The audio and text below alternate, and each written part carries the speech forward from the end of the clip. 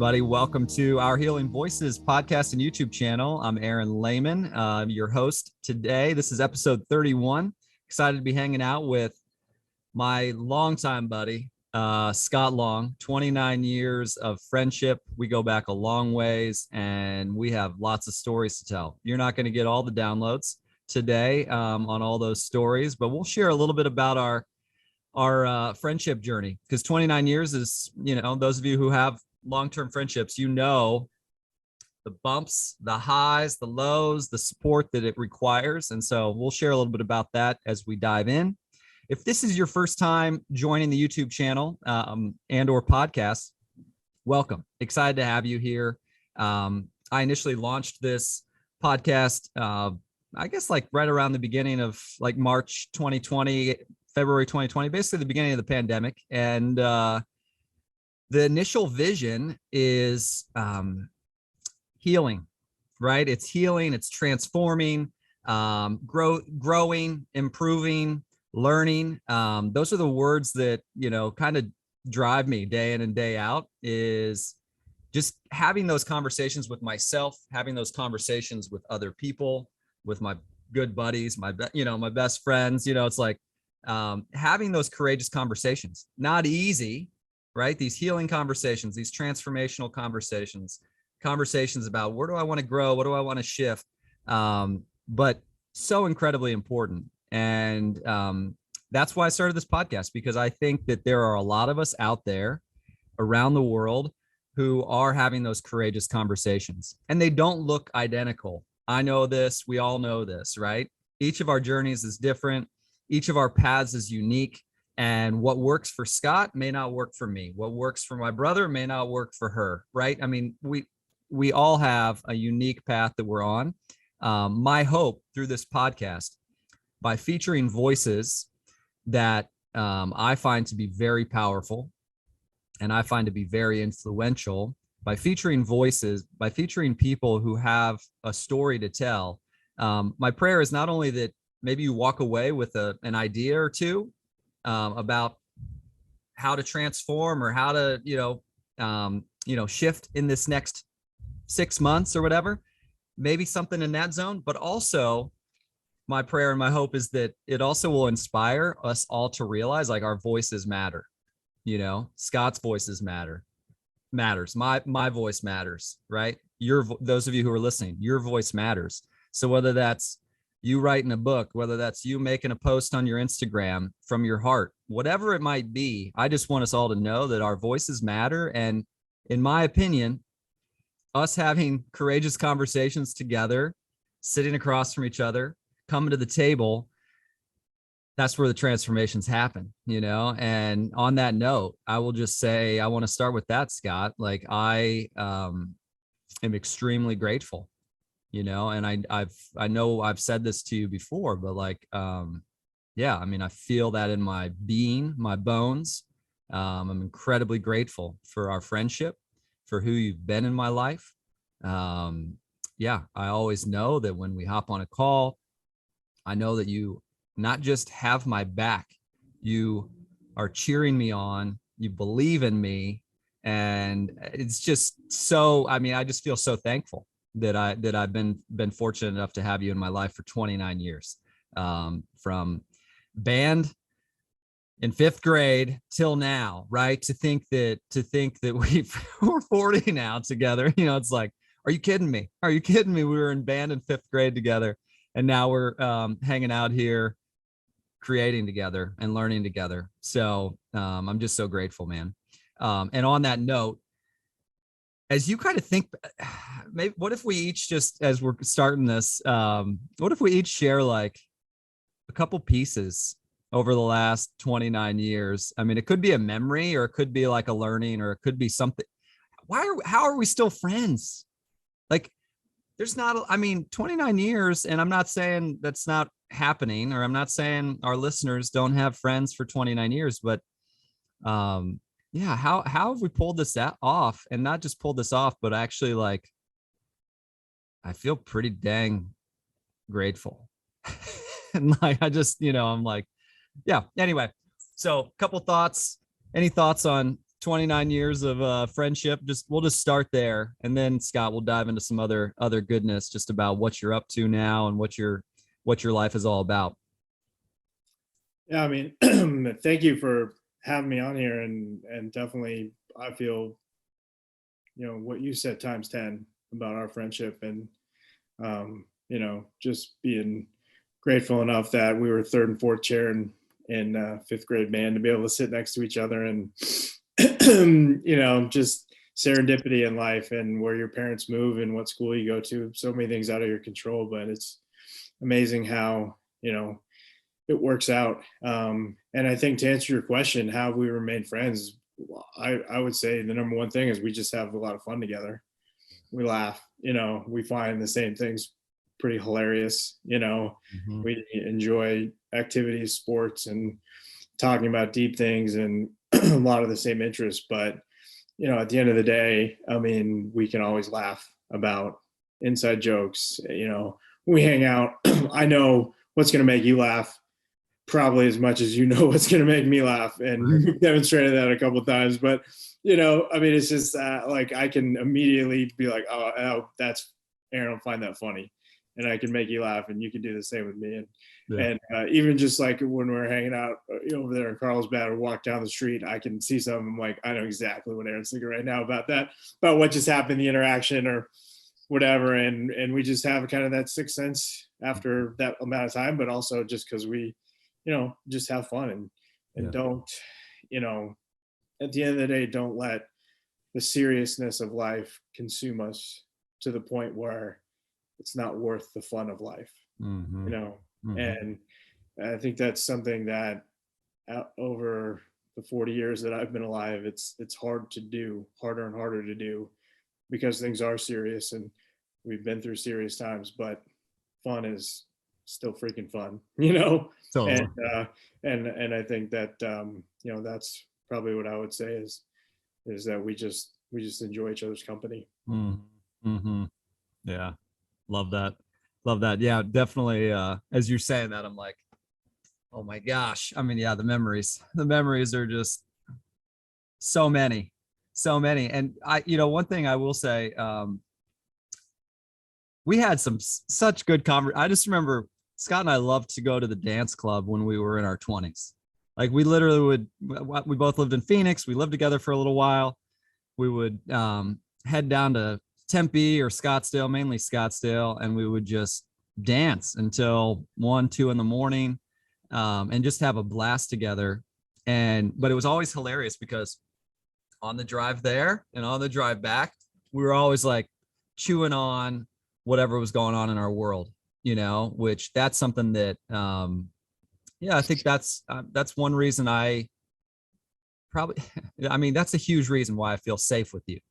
I think as far as friendships go, I think it's really important to find friends who you feel safe with and who are able to hold space for you in the vulnerable times and the difficult times and in the good times, and I think that's something that I can attribute, like, yeah, you've just consistently been a safe space. Have we had difficult times? Have we had disagreements? Sure.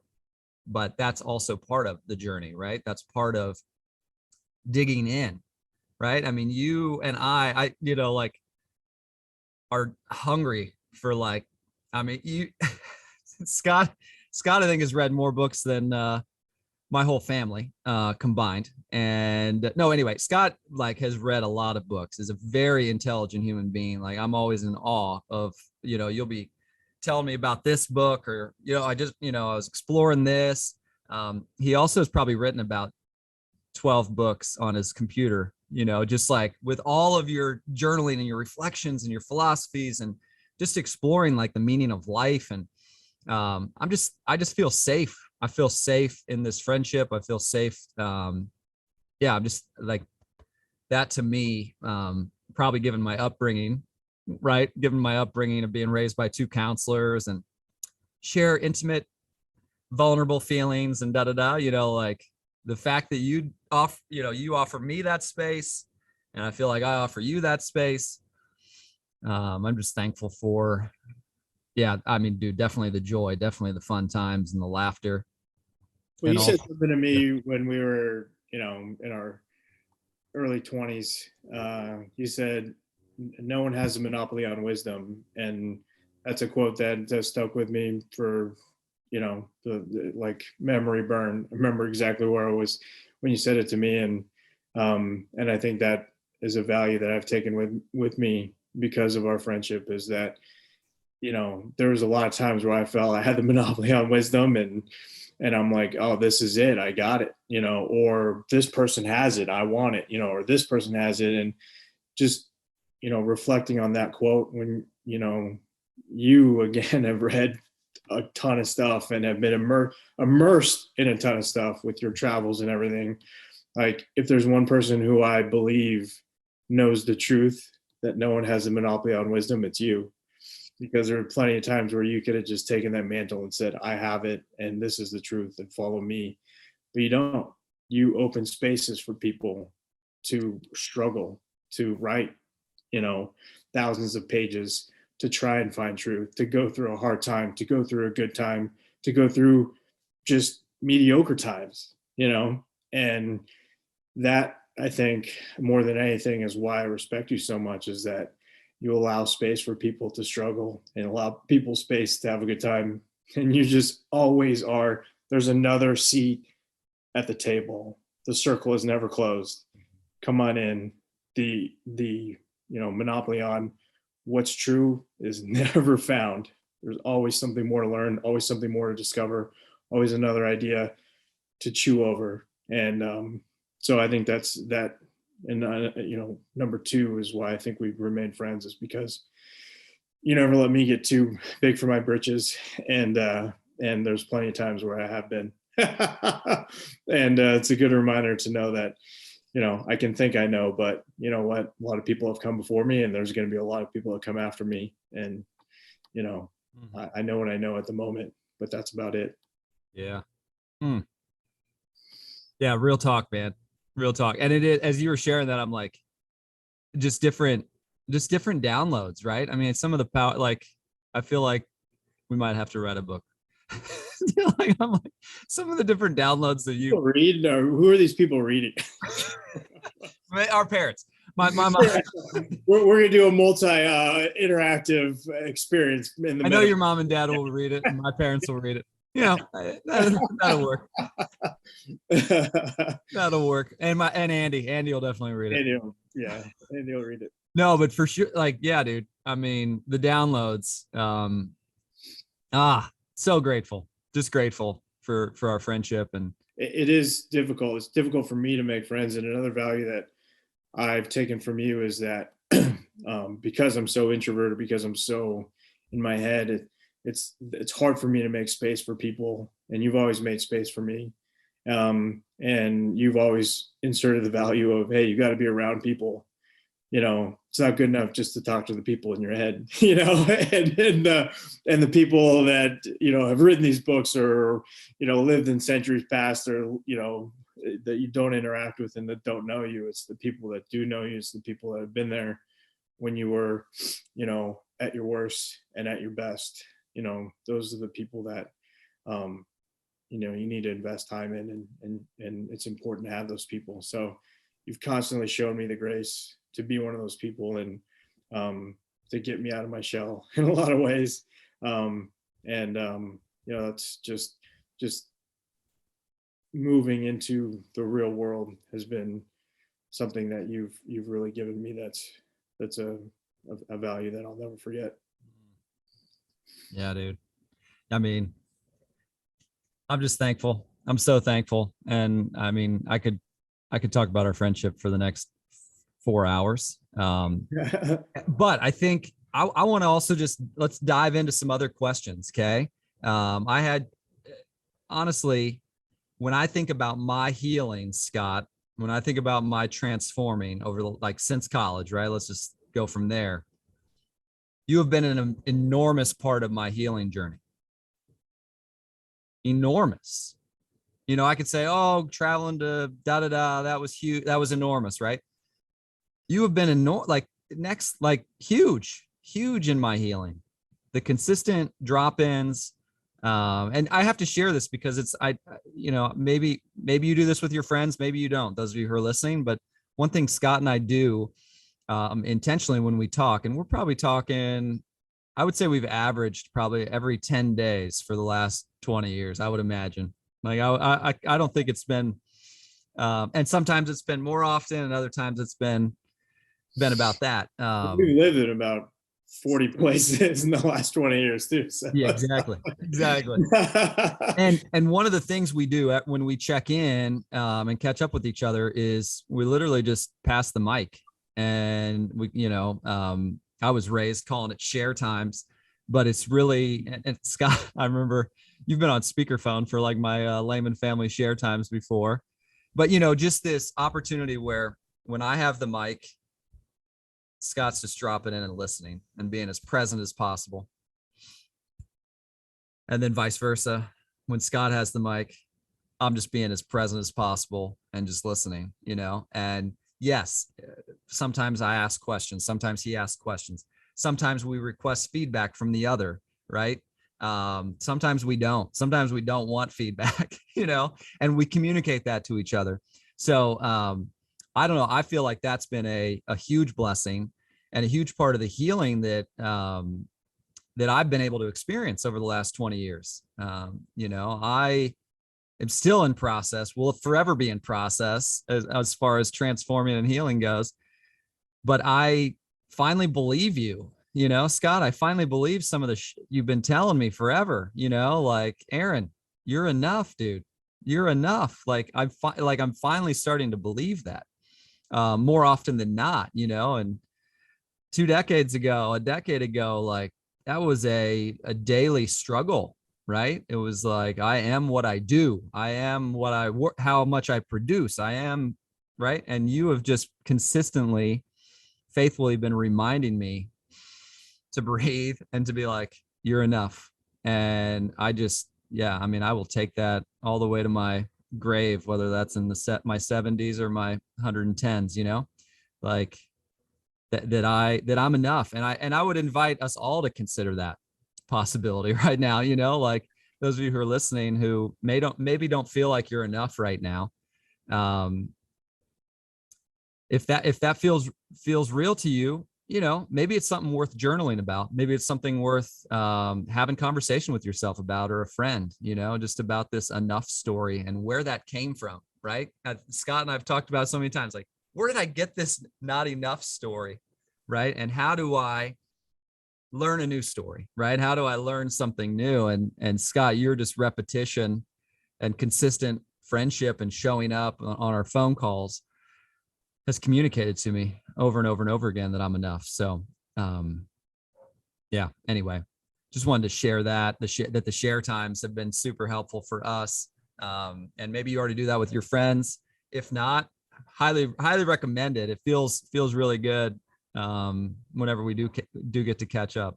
So, well, and another value that I've taken from our friendship is that sometimes people just need to be able to process things out loud, and I could tell you the answer, but it's you processing, it's you going through and working it out in your head, and skipping the part where you do the work, as opposed to me just saying, hey, you're enough. You're like, oh, okay, whatever, but most of the time people just need to process it and they'll figure it out, and that's something that took me a long time, because sometimes I feel like I know the answer. I'm like, oh yeah, this is the answer. Do this, you're enough, obviously, dude.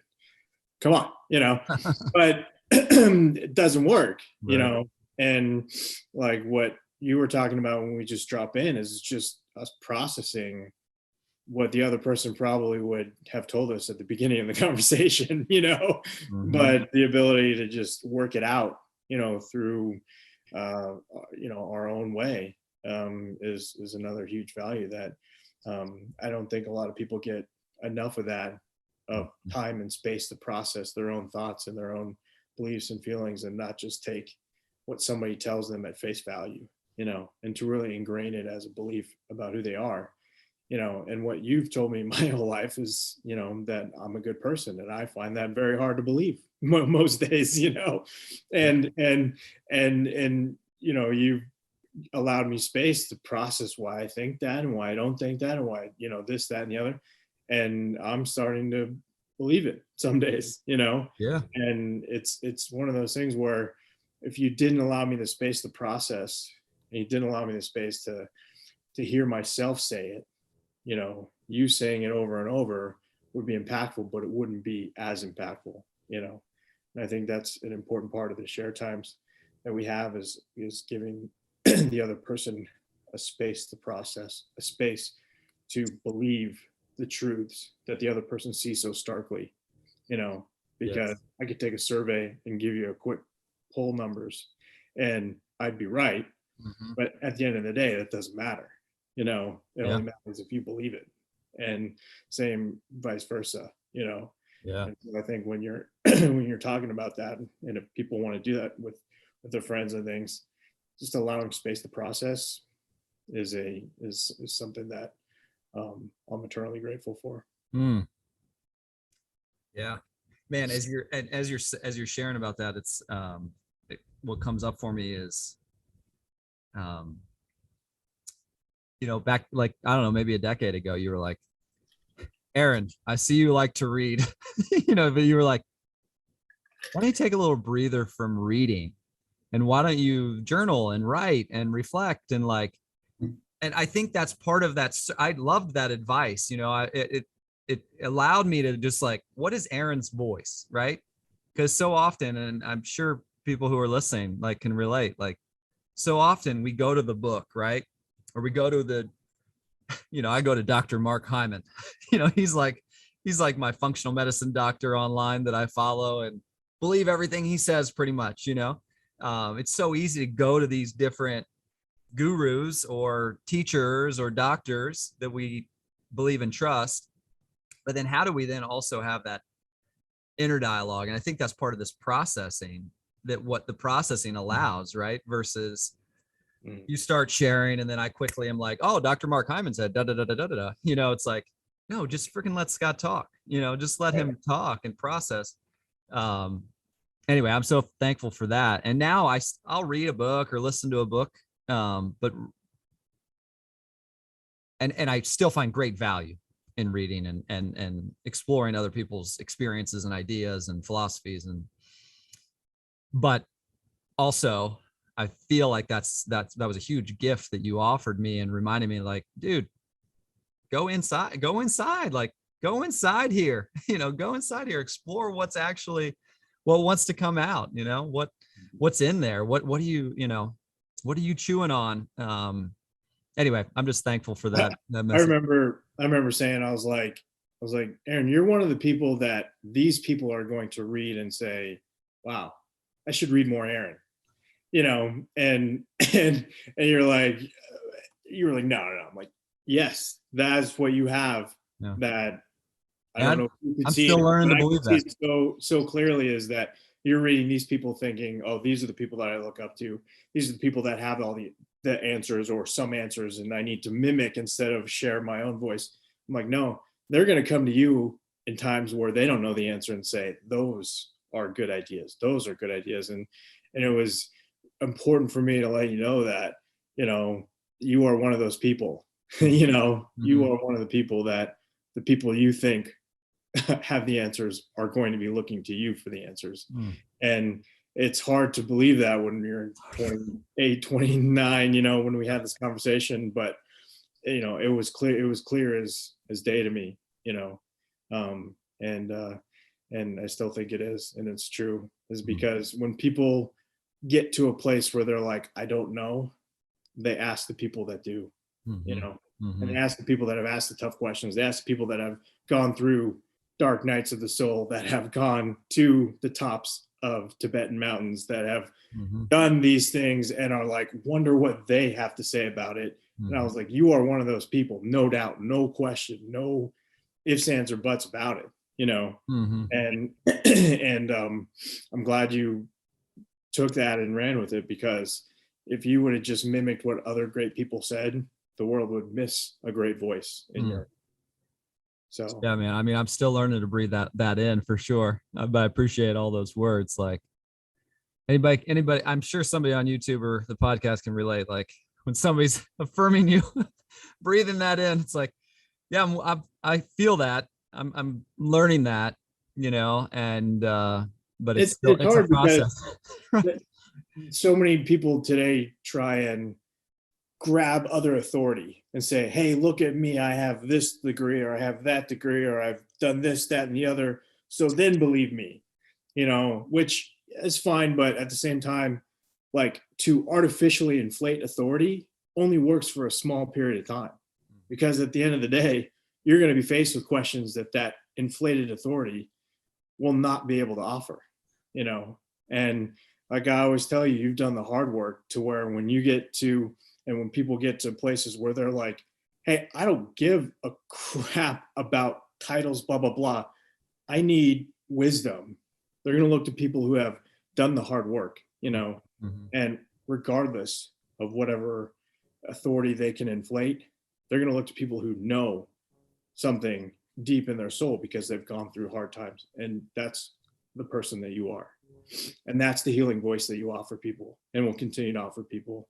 And it's so hard because, again, it's easy to get caught up into who has this authority, who has these voices, who has this wisdom, Mm-hmm. and people try and draft, like in a bike race, off of other people's authority and draft off other people's wisdom and their work.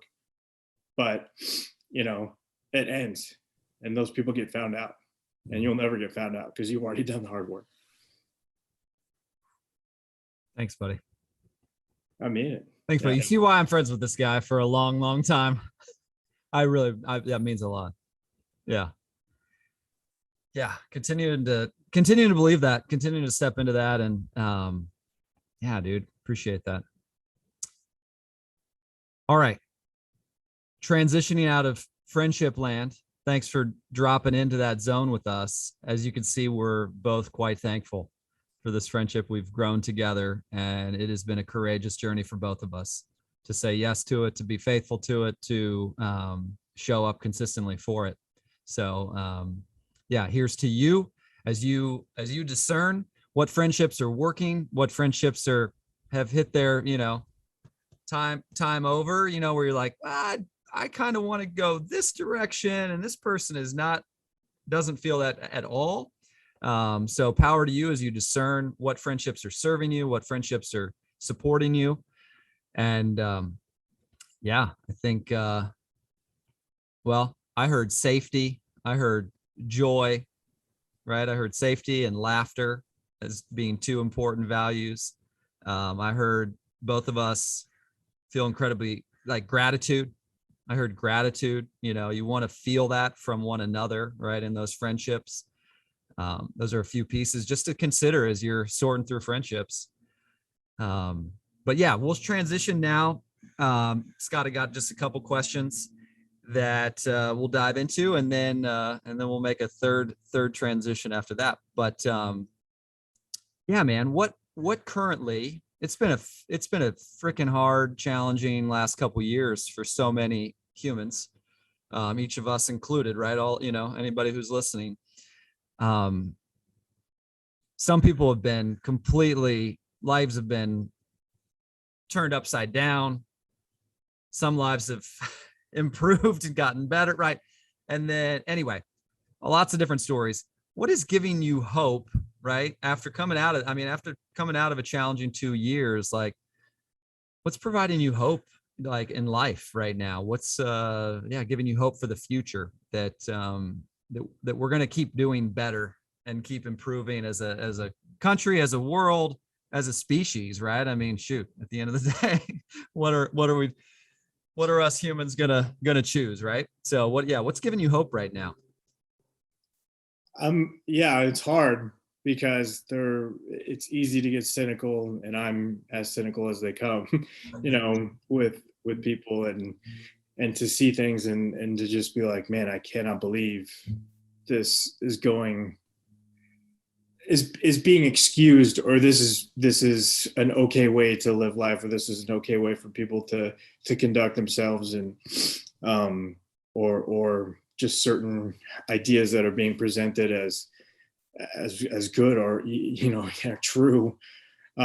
it's hard because I do get cynical, but I think at the bottom, the bottom line at the end of the day is that people do want to survive. They want to survive. And we see that over and over again. And when you can't thrive, you survive. And after you survive, you start to thrive, and regardless of what you say about our species as the human race, we've survived through a lot of times where we probably shouldn't have. And we will survive this one, and we will again start to thrive, and like you said, some people, it's been easier to thrive in these situations, when the circumstances are for, meet their specific talents and strengths. But I think as a population, as a country, as a people, we're going to survive it, and we're going to start thriving again. And that's one constant that I've seen every single cycle through something that's been deleterious to the human race or to a particular community or population, is that when you survive, you start to thrive. You learn lessons, and the next time's easier. Yeah. Ooh. Yeah, real, right? Even just on an individual level, as you said that there at the end, right? Where it's like sometimes it's during the dark times, it's like it's merely about survival. And then once you get out of that, then maybe thriving becomes it's easy. Yeah, it's sorry to cut you off. No, go. I was gonna say it's easy. It is easy to get cynical, to be like, everyone's fighting and blah blah blah, and they're at each other's throats and this kind of stuff. But if you look underneath the surface of what a lot of it is people are saying, no, this is the way that we start thriving again. No, this is the way we start thriving again. No, this is the way, and if you look past the political BS or some, agendas and that kind of thing, like if you really look at what a lot of people are saying about how we move forward, it's, guys, let's thrive together this way, and whether it's we got to get rid of the pandemic through vaccine, whether we get rid of the pandemic through immunity, whether we get through it, economically, blah, blah, blah. The ideas are, let's start thriving again. And that is a theme that is undeniably consistent through all of the news sources and the spectrum of voices that I'm hearing, from every angle, is let's start thriving again this way. And I think there will be a time of consensus, to where we stop fooling around with, trying to get our own agenda across and say, yeah, let's start thriving again together. And it's going to be great, and, not to get political, but I think there was a moment of hope, to be really cheesy, when Obama gave his inauguration speech. We're like, okay, let's start thriving again. And there was a sort of Pax Americana a little bit for a couple of years. A lot of people hated his policies, but they were less angry towards each other. They were less, harsh towards each other. I'm talking like 2009 through 2012. Maybe it was just what was going on in my life. But it started, the economic recovery started to take over. People started, new businesses, and the middle class started growing again. And it calmed down from the very clashing of, we shouldn't be at war, and this is causing this, and we're, the housing market, and there's bastards on Wall Street, and blah, blah, blah.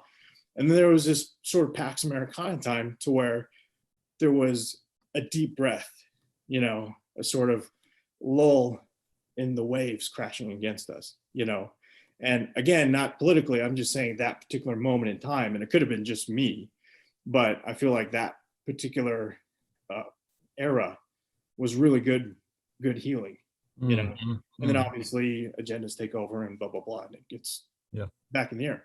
But there will be another time like that. I'm not saying it's coming from the right, left, center, politician, whomever, right? But I think because people want to thrive, and the singular desire of the human race is to survive then thrive, I think there'll be another time like that soon, very soon, and it'll be great. Awesome. That gives me hope, hearing you share that. Definitely.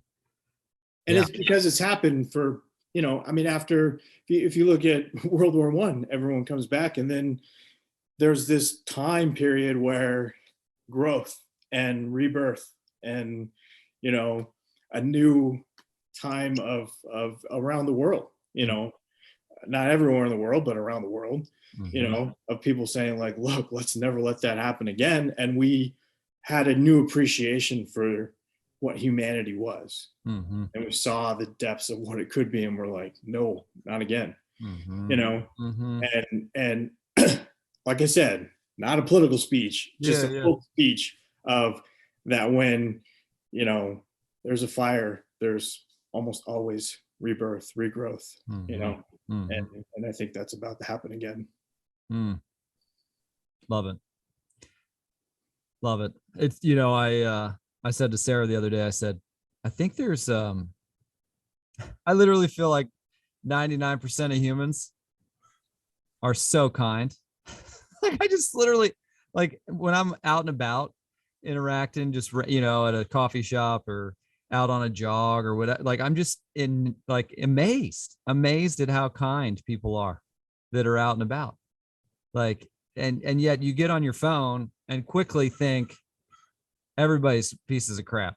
You know, you literally in 10 minutes, you literally have decided the country is going into the trash can.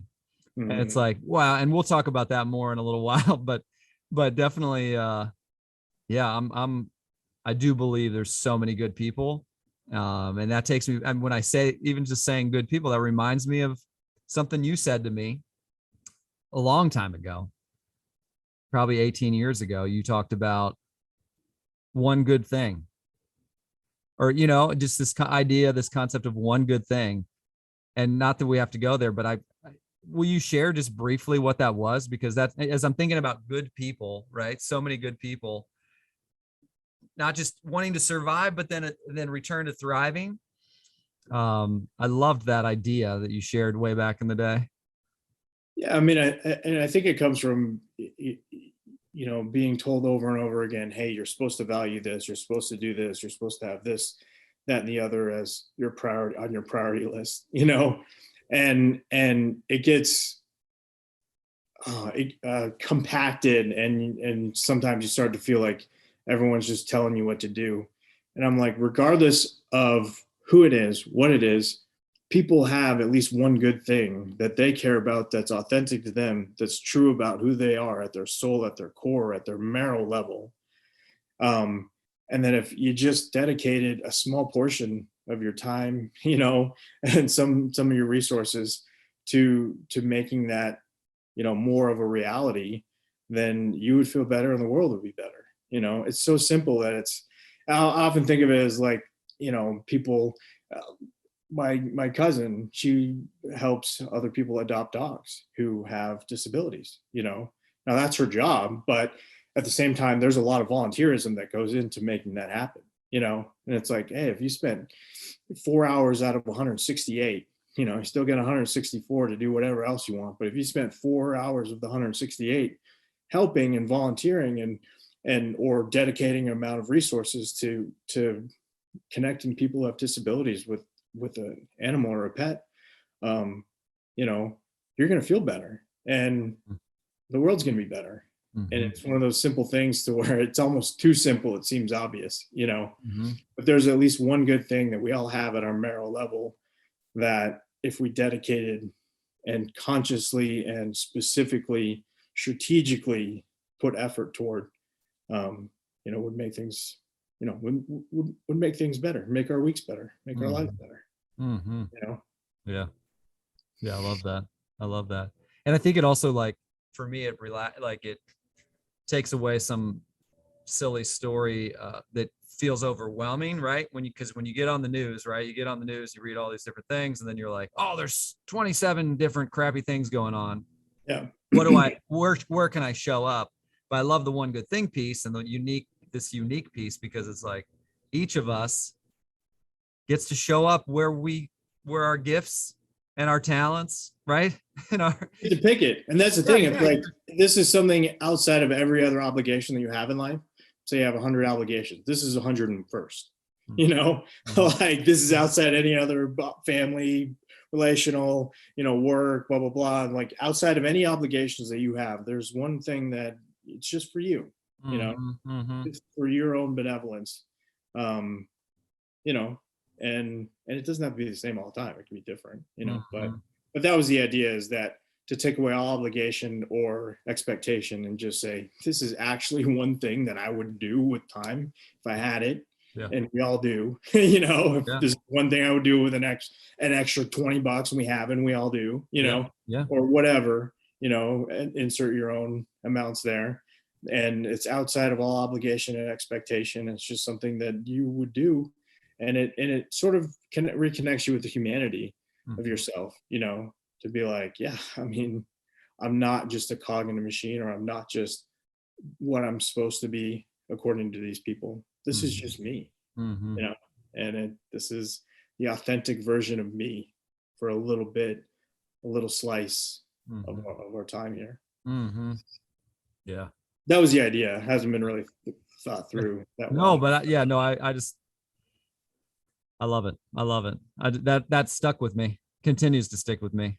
It continues to be something I'm sharing, that I find myself sharing with other people, yeah, just to hone in, allow yourself to hone in, like, versus like feeling like you gotta take on all 27 things, it's like, just hone in on your zone, on the zone that fills you up, the zone that maybe, I mean, for me, it's like the zones that make me feel most sad, or feel, like those are the zones, right? Those are the zones that it's like, just like, that's okay. Like, go do that. That brings you life. That brings you alive. Like, yeah, you don't have to do the other 26. Like that one is actually sufficient enough and making a difference, And if you fail at it, it's extra. Yeah. It's like, so you don't get whipped cream on your mocha, still get a mocha. Right. It's like one of those things where it's like the expectation and the obligation and it should just drip away and be like, you know what, this is just because I'm me and I like it and I want to see it happen more. Yeah. See these people experience it more. That's it. It's the only agenda there. Yeah. And it could be as small as one thing, or whatever. So that was the idea. I love it. All right, Scott, we're going to transition. Let's transition to the next question. And yeah, so I said earlier, you've read a few books. Like, as you think back on the books you've read, or if there's an author that you've really resonated with, a movie, an artist, a musician, has there been one or two that have stuck out to you that you've like connected with big time? Could be their words, could be their lyrics, could be the way they create music, could be the way they write. Yeah, anyway, just kind of curious on that front. And like, what do you remember? What do you appreciate about whoever that is, if there's one or if there's a couple? Yeah, I mean, I think it's funny. I was talking to somebody the other day about all the books I read, because my mom was a third grade teacher, an elementary school teacher, so I got to read all the scholastic books, but I read all of them. I mean, not like some of them, and your parents were teachers too, and I was like, there was so much wisdom in some of these books, that these amazing authors and writers dedicated their lives to writing these very simple but profound, stories about animals and or kids or whatever, but so easy to understand. And I think that in my mind, I make things way more complicated than they need to be, but also less complicated than I think they should be. So it's like this paradox of where I'm like, this is super complicated, and I could go off on, some of the complicated ideas that I've had over the years, but at the same time, there's a set, and I keep coming back to it, a set of values and a set of principles or ideas that are so ubiquitous, and they span so far across every culture, that it's like, yeah, these things are just paramount, like they're there. They don't go away. They're like soil, it's how things are enriched and grow. And we don't realize a lot of times how much we're impacted by them. When I was a kid, I didn't realize I was reading some of the classics, or some of the great books of history, but Mm-hmm. at the same time, just like I was watching a movie, it's called Oh Brother, Where Art Thou? It's a Coen Brothers movie, but it's about the Odyssey. And just man, some of the principles in that book, and it's just every, you know, high school kid probably has read it, college kid, about the Odyssey. Yeah. Something as simple as that book, just like journeys. I mean, I think how many books are about journeys, start, finish, along the way, hardships. I mean, it's an idea that resonates every culture, every possible, you know, person alive has a journey, and sometimes it gets so trite that we hate saying, "Oh, what's your journey like?"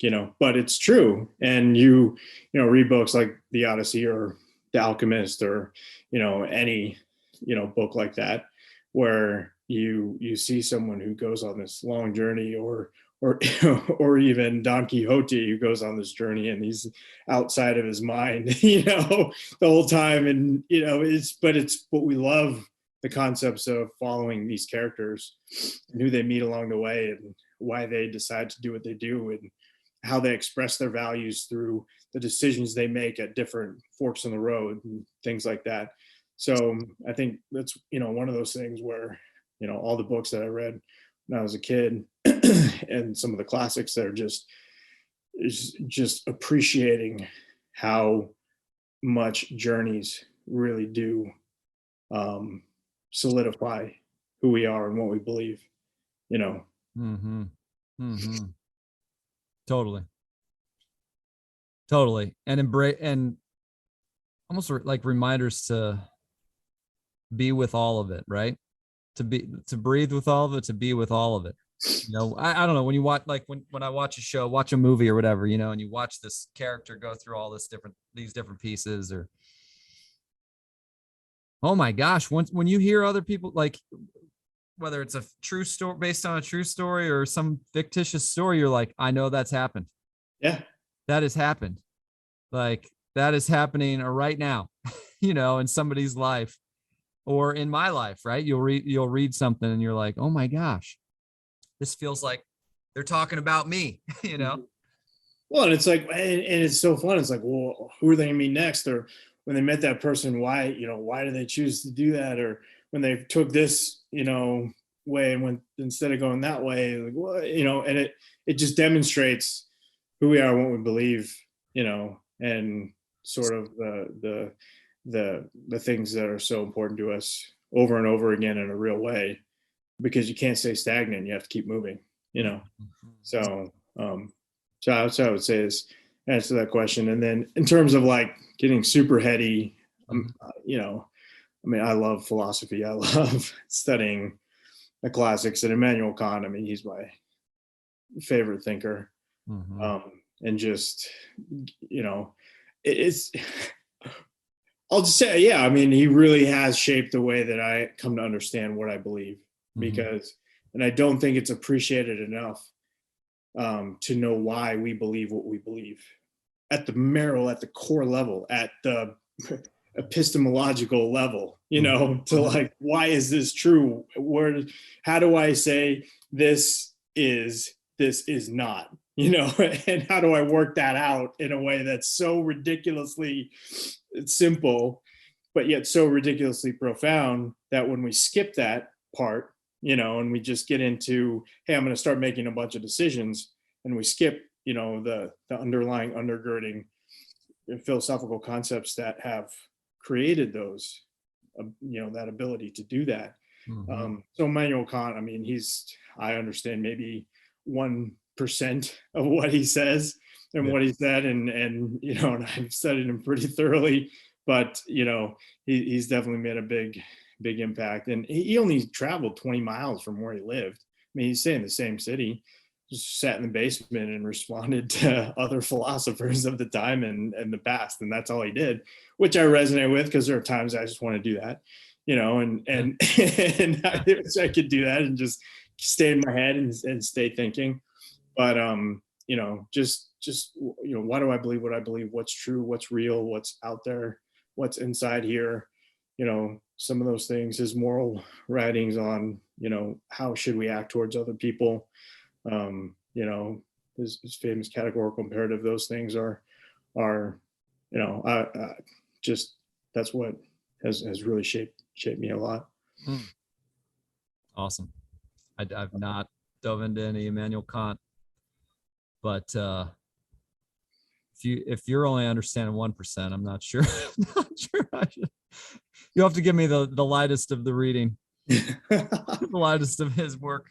You'll have to pass. I'm not advocating reading it yet, but I'm just saying you asked me, so that's the answer. Yeah. Oh, that's awesome. That's awesome. Well, okay, let's transition now into something I'm so excited about for you that you're choosing right now. And this is a launch of a business. And I just want to pass the mic to you, but I'm just very enthusiastic and pumped about your decision to launch this business, ETHOS, and just, I want to hear kind of where it came from.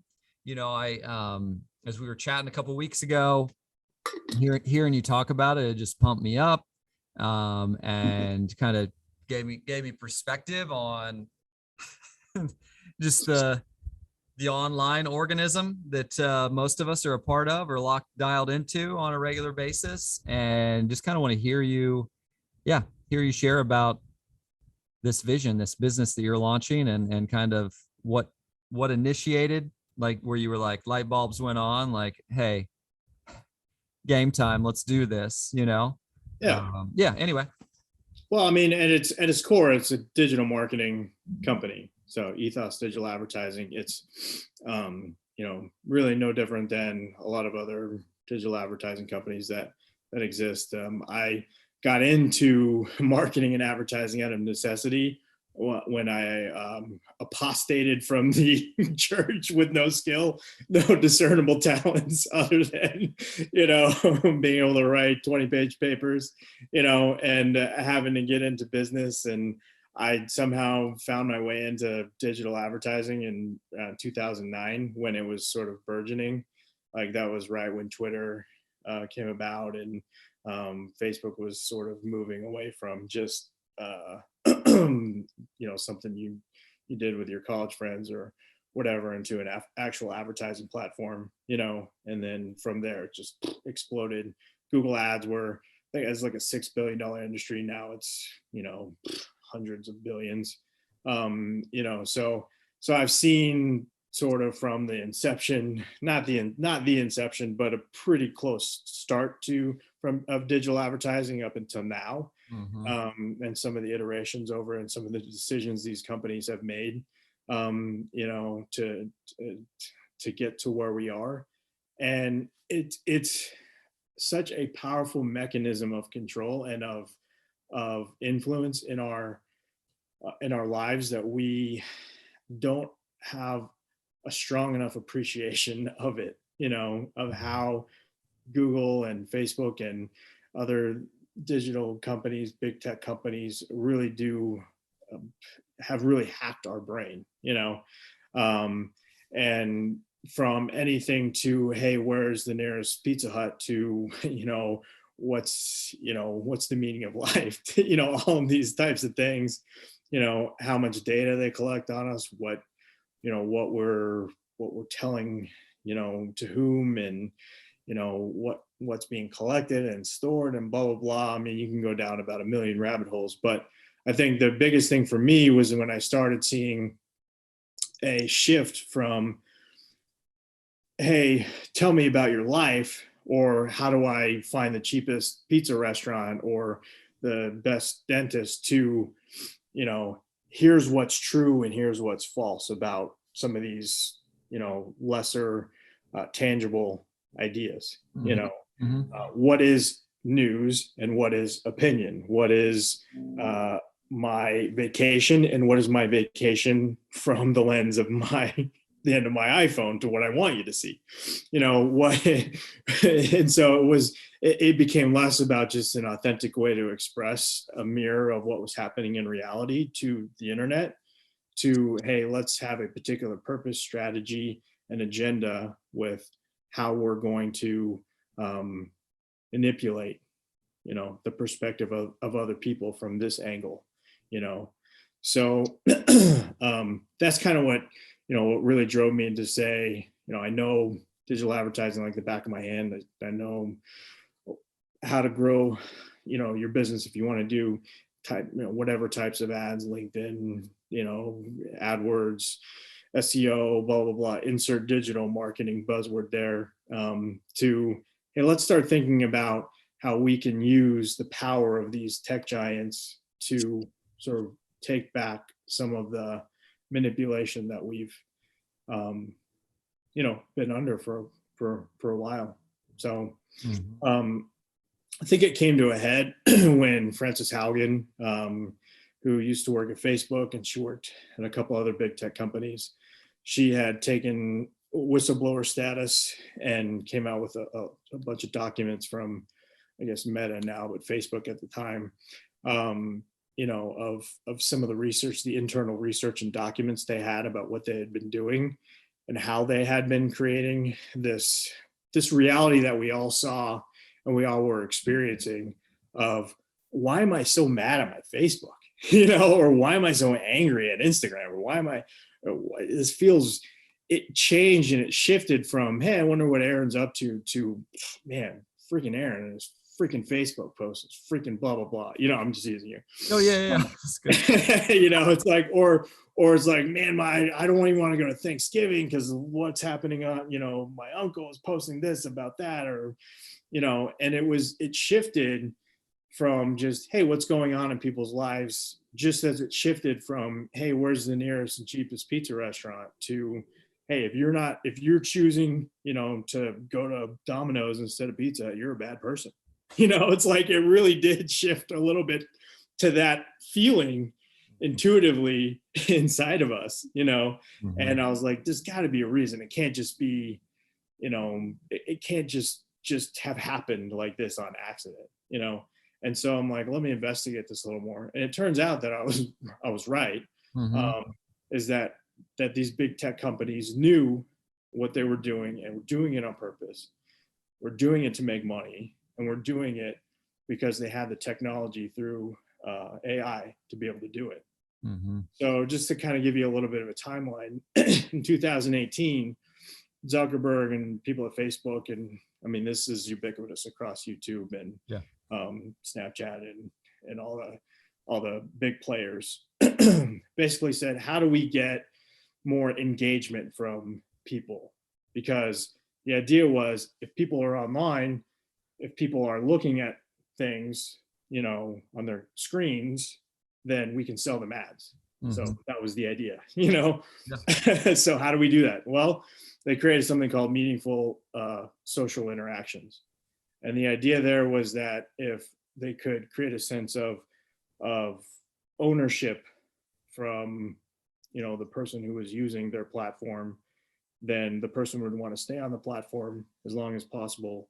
And while they were on there, Facebook could charge, and these companies could charge gobs of money to advertisers who wanted to tell you why you should be on there, or what their product was while you were on there. So in 2018, they make a shift from, and you probably saw it, from like, hey, here's a timeline of all the stuff that's going on with the 500 friends or whatever that I have, friends, or the people in my thing, to, wow, I'm seeing a lot of the same stuff from the same person over and over again. It's weird, or I'm getting a lot of the same articles shown to me about the same topics. It's like, it's weird. It's like, why? I'm not subscribed to any of these groups. I'm not like, intentionally like asking for this, but it started to happen to where these tech companies were siloing off what we were telling it we liked. And so these meaningful social interactions, like, share, reaction, things like that, just the bottom buttons on those kind of things, comments, they're like, man, if we can create a platform to where the angriest and most extreme of these social interactions are happening, people are going to stay on our platform as long as we want them to, basically. Mm-hmm. And that's kind of what happened. Mm. That's what started it. That's what started kicked the whole ball game off. Mm-hmm. And they're like, but we can control it because we have artificial intelligence, and we can control what fake news is and what real news is, and we can control what Yeah. people are saying, and people are doxing other people, then we can censor that. We've got this. They put so much faith in their artificial intelligence to where they didn't scale up how angry people were going to get and how divisive it was going to get with how much they needed to have moderated. Mm. So they tried to do it through AI, and obviously it's not working. Mm-hmm.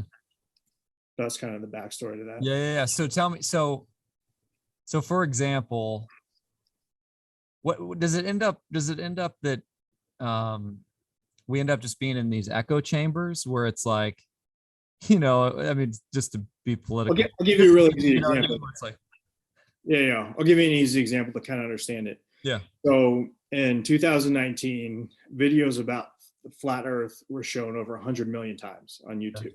Okay. And you're like, there couldn't have been 100 million people wanting to see, videos about a flat Earth. Maybe there's a flat Earth. Yeah.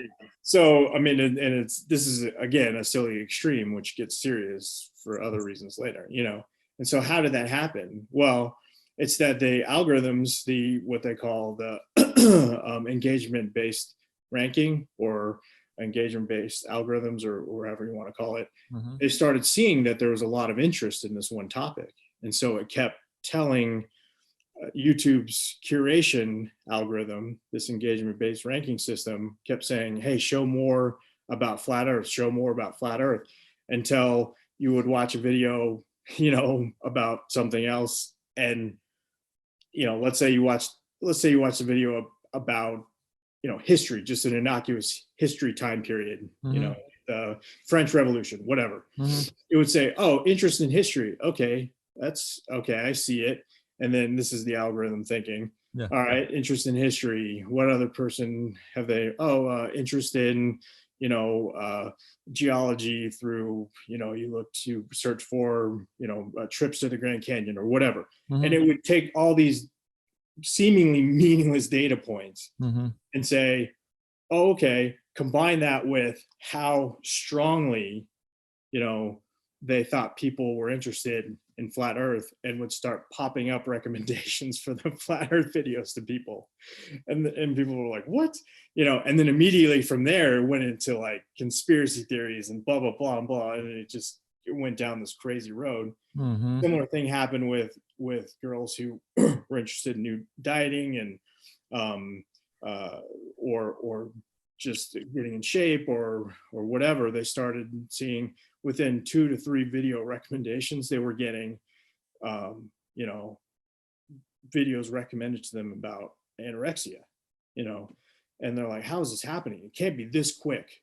Mm-hmm. To where you go from, hey, what are some dieting tips, or what is healthy alternatives to eating fast food, to, hey, here's strategies for binging and purging, Mm-hmm. And so it's one of those things where they realized they had a problem when the algorithms were dramatically taking data points that human beings wouldn't associate, and start recommending it based on that.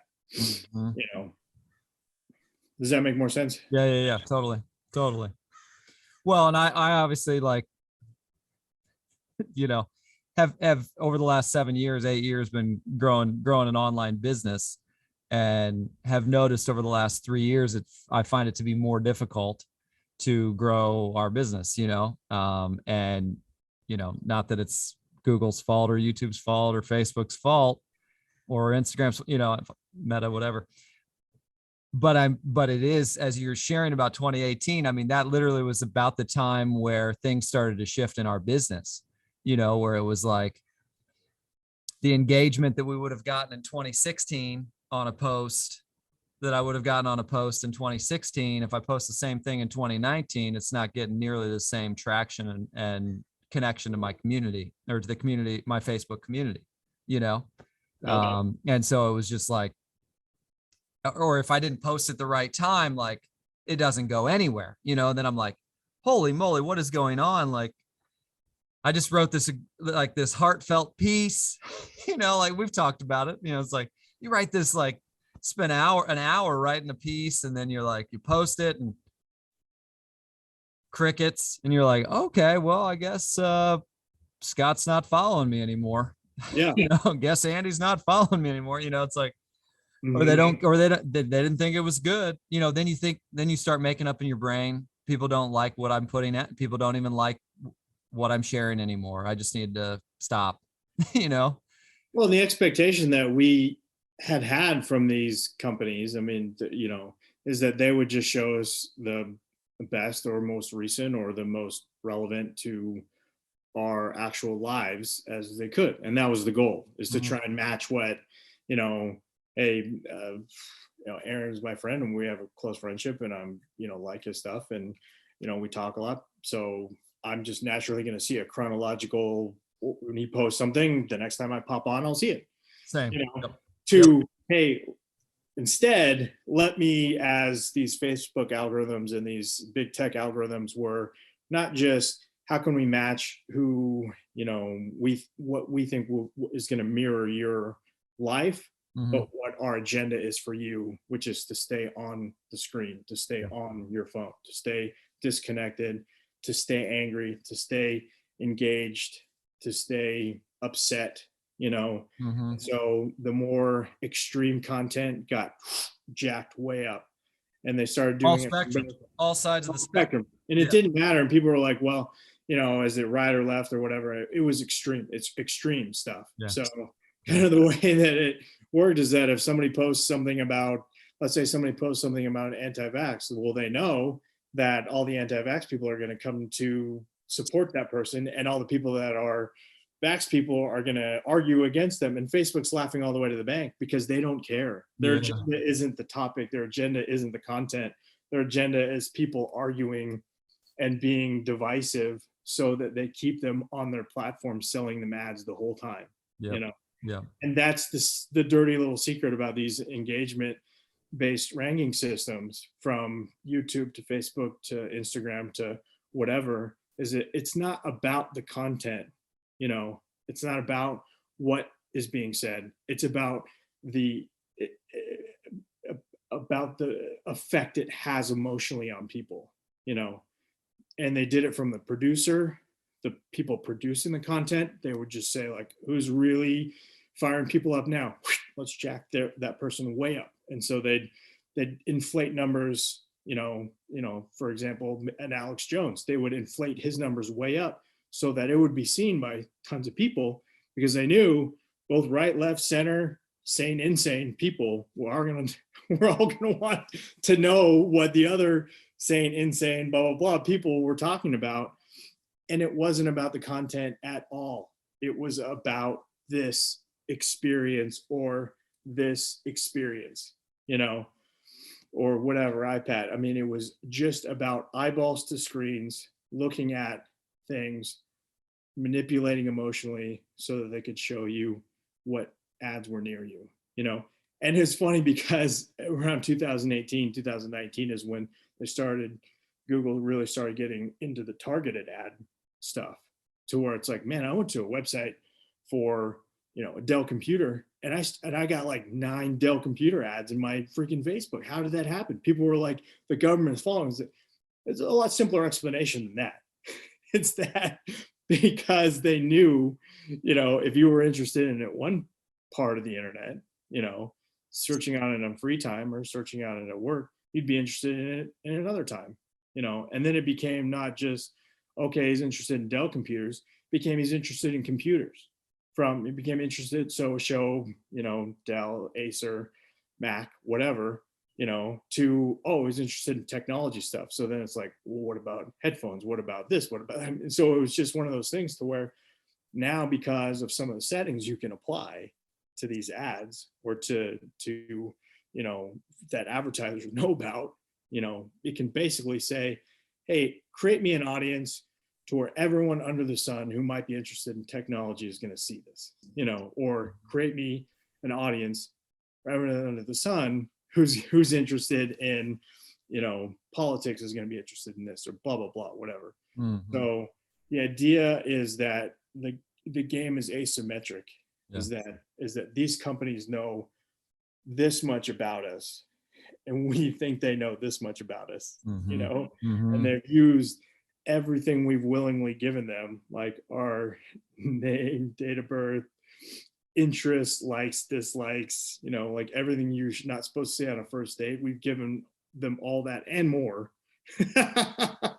Way more. Way more. Every location that I've been on with this phone, they know where it is, and they start targeting. It's like you pull into a new state. It's like, hey, you're into a new time zone. It's like, okay, Chrome, how did you know that? Like, interesting. And it's not conspiracy, because the answer is simple. It's money. Mm-hmm. It's not, there's this extra third party of control, mind sucking alien race, or some political, ideology that's driving all this. It's that the more they know about you, the more targeted and more unique you can feel, and they know that, the more money they can make. Yeah. And the more you stay on these platforms, the more advertising they can sell to you. And the more targeted that advertising is, the more likely you're going to buy it, which is going to keep the advertisers coming back to say, here, take more of our money. Yeah. Please, because you're doing a great job. Yeah. It's like, wow. It's a difference between a Super Bowl commercial and an ad that says, hey, Scott, we noticed you're interested in Dell computers. Like, it's like, I might see a computer based on some, research methodology that Dell put into people that watch the Super Bowl are often interested in technology, to, hey, I know you're interested in this because you bought one 2 days ago at 3:00 using this credit card. You know what I mean? So it's like really creepy. But if you apply that to, some of the things that we don't want these companies knowing about us, and we would like to see a variety of ideas instead of just siloed off into, some of these very angry communities. It's hard to get out of that, So to answer the original question, what's Ethos Digital Advertising really about? It's taking the wisdom of 13 years of digital marketing, knowing how to do it, applying it, and then working with companies to both do it to grow their business, but also doing it in an ethical way that takes some of the power away from these engagement-based ranking systems. To, hey, let's think about not only what we're advertising, how we're advertising it, but the way that we're doing it. And there's a lot of settings you can turn on and off. There's a lot of things on the back end that you can utilize to make sure that the people that, aren't getting inundated over and over and over again, with this material, and you're not using, and sort of when I was using that example earlier, drafting off the authority of other people. Yeah. We're not drafting off of the, I don't want to say wickedness, but the questionable moral choices some of these big tech companies have made over the years. We're not drafting off of that and using that for our own monetary gain. I mean, obviously a little bit you have to, because they're big players, and what are you going to do? So it's taking those principles, taking those ideas, and then saying, like, how do I advertise my company on a digital platform and through all the digital platforms without falling prey to and using sort of the questionable moral choices they've made, and profiting off of that. Yeah. That's the idea. Yeah. So important, man. So important. I mean, I know that just personally, I'm excited to work with you here in the coming years, just Ethos and general, just because of, I've found myself overwhelmed, especially the last few years, just like feeling like, all right, like, oh, that didn't work. Oh, that didn't work. That didn't work, and feeling perplexed and annoyed by like, how do I advertise? How do, I believe in the products that I'm sharing. I believe in the podcast that I'm creating. And yet every time I type, literally I did a live video. Anytime I have essential oils in my like tagline, it's like, doesn't go anywhere. It's almost like there's like this, the warning signs are going off and it's getting blocked, and I'm like, I don't know how that's happening, but and then so I did a live video yesterday, and instead of saying essential oils, I said chatting about plants, and it did so much better. Just writing plants. I was like, oh, hallelujah. I figured it out. Just say plants. Stop saying essential oils. Yeah. Yeah. No, anyway, it just feels very confusing, I think, for most of us. Well, how to navigate. You almost have to know how to, I was talking to somebody else about it the other day. It's like, you have to know how to talk to algorithms and people. And you have to know when you're talking to an algorithm and when you're talking to a person, because it's like common sense. Of course, plants, yeah, essential oils come from plants, and yeah, that's obvious. But algorithms don't know that. They just know that's a buzzword or a buzz phrase that when people type in, there's, could be some baggage with that word, so they're like, suppress it. Or it could be another word where they're like, oh yeah, jack that way up. Totally.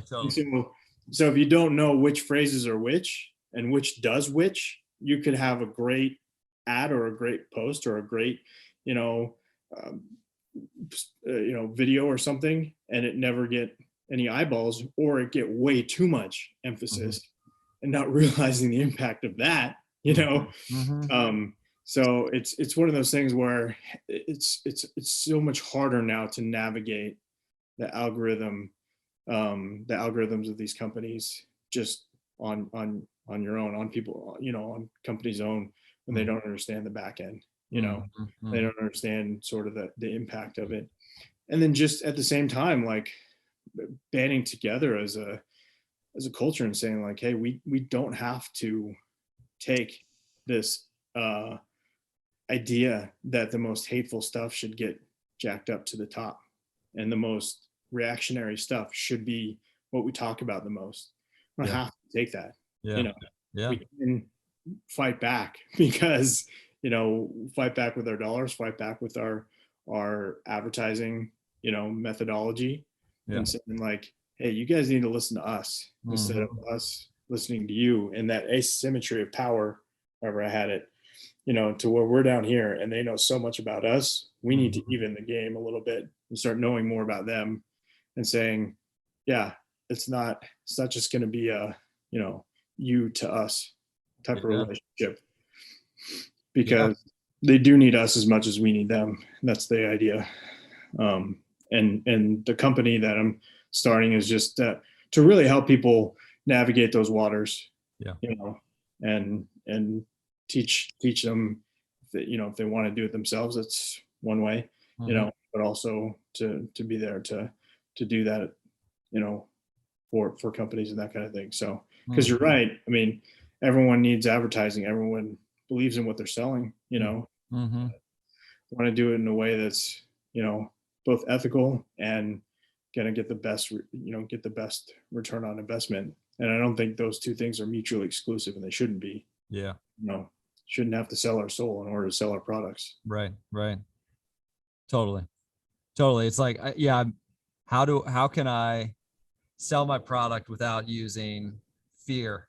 Like, that's been something I've been like, I do not want to scare people into using essential oils. There's a bunch of things that I could be saying to try to make, to feed on that fear. Right. But I'm just like, no, I just want to keep telling about what I'm using them for, how they, like, I don't want to use fear, and again, how it's so fascinating. I appreciate you sharing some of the backstory just on since 2018, because I think a lot of us, the last 2 years, right, as AI has gotten stronger and better and faster and all the things, right, learning more and more and more, gathering data all the time about us, it's felt like it's gotten it's increased the feeling of division. Like I knew I didn't agree with everybody in 2016 or 2018, like 2012. Like I knew not everybody's on the same page with me, Right. it's culture, socially, politically, et cetera. Like I know that. And also it's felt like super amped up. Obviously, I'm sure our screen time has gone up, but at the same time, like just the data collection and then the way in which, like you were sharing, what we're being fed is like, those people are insane. Those people are insane. They're insane, but these people are sane. It's like, and you're just like, wait, what? How do I even process this? Yeah. Yeah. So I'm just thankful that you're, yeah, we need you right now during this time to help people, help businesses, find a way to navigate in a way that where not only is their ethical, their values, their principles really important, and also ROI, return on investment, and helping people find products that they actually need, at the like, Yep. and so I think it's huge. I'm Yeah, I mean, so excited for you and the people that are going to get to work with you. if you think about it, it's like there was a point where email got so spammy that like we're like, I don't even want to open this email because I know it's just going to be spam. And I feel like that's, if we're not careful, that's where it's going to get with digital advertising, to where it just seems so spammy or so fear driven or so like extreme or so outside of just, hey, I'm good at this service that I offer, or I have this that I sell, or I partner with people to sell. We're going to get to a point where people are just going to tune us out, and that's not what we want for sure. And we want to make sure that if there's something that you offer to people and that they get a benefit of, and that you obviously are creating your livelihood on, that's what the sweet spot, to where it's like, hey, I'm not trying to do you wrong. I'm trying to offer you a fair market price for a fair market service or a fair market product. I just want to let you know about it. That's the idea. And I don't want to have to use these morally questionable tools in order to get it, to get at people and manipulate them and trick them. Just I just want everyone to come out in the wash with what they want, a good deal, and something that they actually do need or want or desire, even sometimes buy things that we don't necessarily need, but whatever, and it's just trying to match what people, are looking for with what people are offering, and not having to, like I said, not having to sell your soul to sell your service or sell your product. And that's it's what it's really about. And the other stuff, the back end of it is just kind of the history to demonstrate that it's not an accident that it's happening now. And it's not an accident that the way that we feel about our social media experiences or even our news, experience feels so divisive. It's on purpose, intentional, and it was for money. So there should be some anger because they knew before they did it what it was going to do, and they still did it. And there were so many times along the way they could have stopped doing it, and they chose not to. Just alter it slightly, slow the platform down. Instead of just clicking reshare, having to go to the article first, spend time on the site, and then repost a link. Things like that. Simple things could have slowed it down to where you're not just sharing, resharing, and blah, blah, blah, all this hate. And they chose not to do that because they knew it would slow the growth down. So whoosh, frustrating stuff, but at the same time, knowledge is the power that I think will help get us to a better end. Totally. Yeah, man, I appreciate you sharing all this. So excited for your business launch, and excited for people to connect with you. Yeah, and work with you. Really excited. Because man, as just even hearing you share about that, it's like, oh, I think what honestly, so I've felt so much division, right? So much division the last 2 years. And it's just like, even just you sharing it, like calms me, actually calms me, because I know that I've been sold it. It's not like a percentage real. I mean, there is difference of opinion Sure. in America. Shocker. Sure. Like that's real. And also psychologically, we have been like it for money.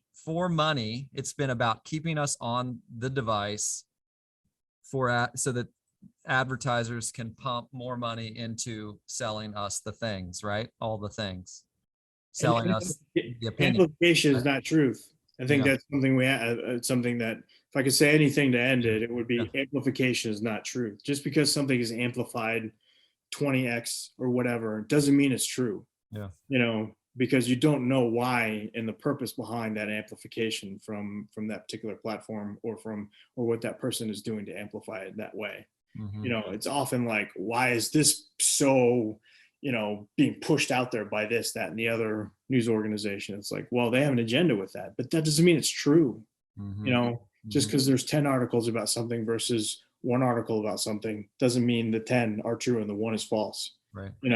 Right. And if we can remember that just because it feels like that person is amplifying hate doesn't mean that hate is actually really how they feel. Mm-hmm. They're maybe amplifying it and it's being amplified, but that doesn't mean that's actually what's happening. Mm-hmm. And there's countless stories of people who are like, I said something and then it spun out of control to where people thought I was, hated them or I hated this or I was against this, thing. And they're like, I lost control of it after I said it because the churning of these algorithms went to work and the churning of these people who wanted to amplify for their own particular gain went to work. Yeah. And if you actually talk to that person, they'd be like, that's not what I meant.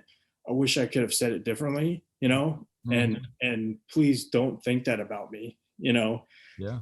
There are hundreds of these stories, probably more than that, to where it got really, really out of control. And at that point, it's sort of like in the system. Mm-hmm. And it shouldn't be that way because honestly, our online lives should mirror our lives, Mm-hmm. like why not take a couple bad photos along with a couple good photos, Right. It's like, hey, I was there. We were in front of it. I took 17 photos. There were 3 that were bad. Post a couple of those, Yeah. but that it just doesn't.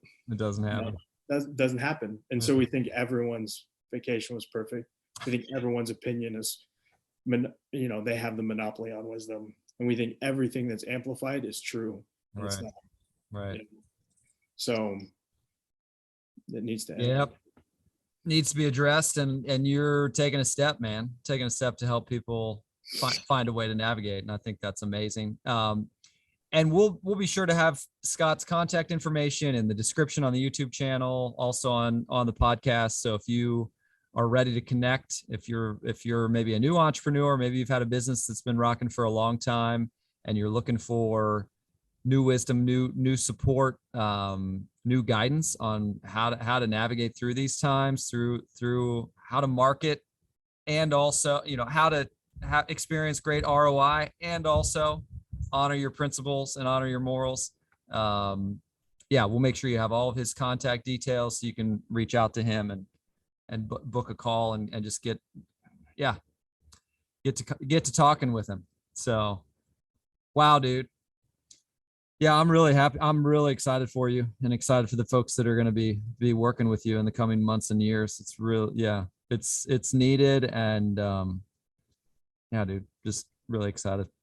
Yeah. And thanks for having me on. Oh yeah. I mean, well, I want to close the podcast with one final question. So again, episode 31 of Our Healing Voices, hanging out with Scott Long. Amazing brother of mine, friend of mine, 29 years, and we've got many more to come. And closing question. Maybe difficult to shift into this, but maybe not. No, I don't think so. Not for you. Not for you. So final question is, room full of 20,000. They got their notebooks out. They're like, they've been listening to you throughout your whole sharing today. If you wanted to leave people with a couple pieces, whether it's about a life wisdom offering, a reminder, an encouraging word, whatever it is, what are a couple pieces that you would just be like, you would want people to walk away with, chew on, consider, as they go back to their daily life? Yeah, I mean, I think one that we continuously come back to, it's very difficult to remember, and it's very even harder to live out, is that it's not about you. So many times you don't know what that person's been through. You don't know what that person's going through at the moment. Don't know what their day was like. You don't know what their experiences have been like, where they're living, what's happening, what's going on emotionally. You don't know. You don't know, and you can't just assume you do, and talked about it to where it's perspective. You watch and you look at a car crash and you see two cars coming at each other, and you're like, oh, obviously this and that, and you have the bird's eye perspective, but you don't know what was going on in each one of those cars. You don't know what was going on the road. You don't know what's happening there. And instead of assuming you do and making judgment, ask questions and be empathetic. And that's something that, again, is so hard to do, because it feels like everything people do is a direct attack at me, or a direct indictment of who I am, or a direct, judgment of my personhood sometimes, because I'm a narcissist, but, Almost. but yeah, but it's just to remember, it's like, I don't know. And I could be right. I could be wrong, but I don't know. So I'm not going to assume and judge. If I care enough, I'm going to ask questions and listen and be empathetic to the situation. It doesn't mean at the end I can't say, yeah, that was their fault and they're a bastard. I can say that, but at least I know.